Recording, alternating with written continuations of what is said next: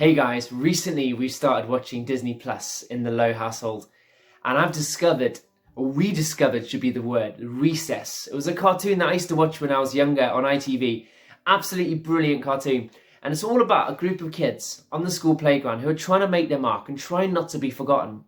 And the more I've watched it as I've got older, the more I've realised there's a really good commentary on society. Because most of us, we want to make our mark on the world. We want to be noticed. We don't want to be forgotten. We want people to realise that we're around, and we don't want to be lonely. And just like the kids in Recess. And as we come to the end of lockdown, as things are starting to ease, as we can start seeing some people outside at a safe distance, maybe we start to realise, there's a time when I'm finding out that people are realising that actually they were quite lonely. That people realised how disconnected they really were. Maybe they've seen other people meet up with friends and they think to themselves, what about me? And they can feel forgotten. And I'm sure we've all been through that period in our life when we have felt forgotten at a time. It might be that you're at work, and while you're at work, you're the only person who is not cheating your boss when everyone else is cheating and bunking off and doing all sorts of things and taking stationery home. I don't know what it is. And you're the only one who doesn't do it. And it can be so easy to feel forgotten and overlooked because you're doing the right thing. Maybe you're a Christian who's living out your life and trying your best to follow God's commandments. And everyone else has done a lot of different things and they're going out and doing things that you don't agree with. And because you've said no so many times, you then eventually feel pushed to the side and rejected. And you're thinking, what about me? And you can start to feel forgotten. And the problem is, when you start to feel forgotten, it's draining. It's lonely.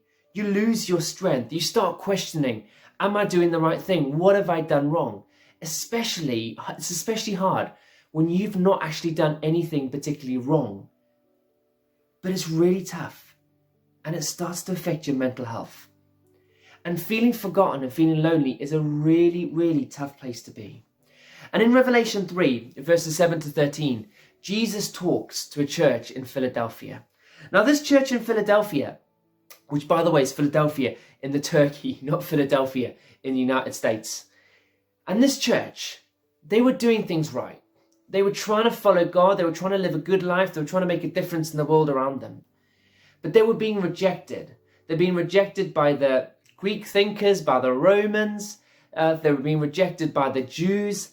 And it was really tough. And they were just pushed to the margins. They were being forgotten, lost, not thought about. And they were finding it really, really tough. And it was just pulling down the congregation. It was pulling down the individuals who were being shunned. I can imagine, we don't know exact details, they were being overlooked for work jobs, for civic jobs, for all sorts of things, all because they were trying to follow Jesus' teachings. And in the midst of this strength-sapping time, when they would have found things really hard, Jesus speaks these words to them, and he says this, I know that you have little strength, yet you have kept my word and have not denied my name. Now, when I first read that verse, what really jumped out to me is Jesus said this, I know you've got little strength. I know you're finding it hard. I know you're struggling. I know.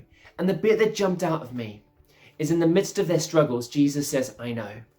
You know what? He knows when you are lonely, when you feel forgotten, Jesus knows. And Jesus says to you, I know what you're going through. I know your struggles. And the church in Philadelphia is saying, I know your struggles. He knew the fact they were being forgotten. He knew the fact that others were making their lives hard. He knew the fact that they were rejected. He knew the fact that this was sapping their strength. And he says, I know what you're going through. And it's really tough when we're in this position, because it's so easy to do what everyone else was doing. It would have been so easy for the church in Philadelphia to follow everybody else. But they decided to stand up for the truth in Jesus and do the right thing. And it felt like they were the only people doing it. And Jesus says, I know what you're doing and you're not forgotten. Guys, I'm telling you this, if you're trying to follow the lockdown rules at the moment and everyone else is breaking them and you look out the window and maybe you haven't hugged your grandkids and you see other people hugging your grandkids and you're finding it really tough, Jesus says, I know. Maybe you're losing out on contracts because people are cheating and are lying and not following the regulations and the rules and you're finding it really tough right now. And you're thinking, what do I do? Jesus says, I know. And you know what? Jesus may sometimes be hard to do the right thing. You know what psychologists call it conformity. And you look into conformity studies, it's amazing what people will do to fit in. There was one study I loved studying a few years ago where they tried to convince the person that a blue sign was green.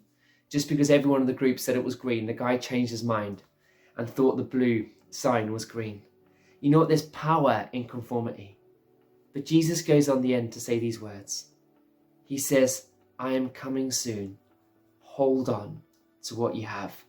No one will take your crown. And when you're feeling forgotten, you're feeling rejected, because maybe you're doing the right thing and others aren't, Jesus says, hold on. If you're feeling lonely and feeling rejected by people, Jesus says, hold on. Hold on. You know, we live in an instant gratification society where we want everything so quickly. And to quote the good old factory Guinness, they say good things come to those who wait. So sometimes we've just got to hold on. But I want to finish on one thing. As well as us holding on and not feeling forgotten, the next thing that also we need to do, I believe, is we need to follow Jesus' example, and we need to spot the people who feel forgotten. You know what, this week I've been encouraged by the amount of people who have said that Black Lives Matter. People of different colour skin, people from different backgrounds are all saying, I know that a group of people are feeling forgotten. I know that they're being mistreated, and I'm going to stand against it. Because that's what Christ's called us to do. He says, I know. And I want to encourage you. I want to encourage you to stand up for people who are forgotten. Maybe look around and find someone who's lonely. Maybe find someone who's struggling and see what you can do to make a difference in their life.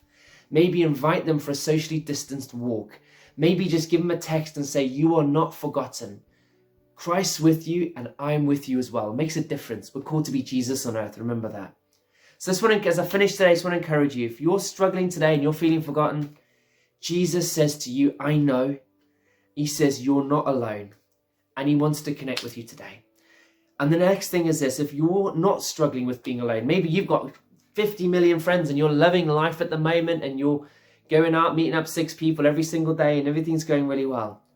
Maybe think about those who have forgotten and think about what difference you can make in your life. And how can you be Jesus to them and say, I know, and I'm going to stand with you. Have a fantastic day. I'll hopefully connect with you later on Zoom.